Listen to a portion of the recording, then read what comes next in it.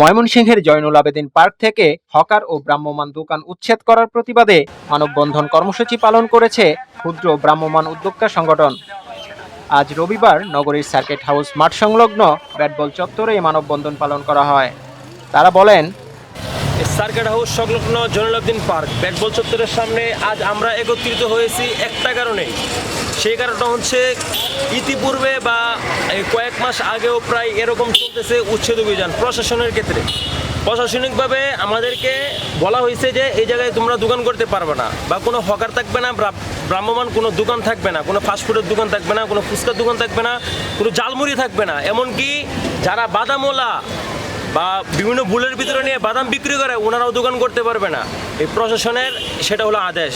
ওনারা তারপরে আমরা দোকান বসাইছি, দোকান বসানোর পরে ওনারা বিভিন্ন আনসার বা পুলিশের মাধ্যমে বা ম্যাজিস্ট্রেটের মাধ্যমে আমাদের গাড়ি ভাঙচুর থেকে শুরু করে চেয়ার টেবিল থেকে নেওয়া থেকে শুরু করে যা যা করা দরকার মানে নিম্ন পর্যায়ের কাজ, যেগুলো মানে মানুষের পেটে লাথি মারা, এরকম কাজও ওনারা করছে। এই ব্যাটবল চত্বরে আমরা দাঁড়িয়েছিলাম এই 2025 সালের জানুয়ারি মাসে।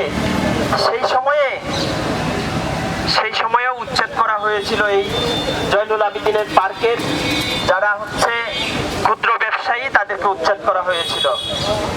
উচ্ছেদ করার পরে যেসব কথাবার্তা প্রশাসনের দিক থেকে সেই সময় বলা হয়েছিল যে এইখানে তারা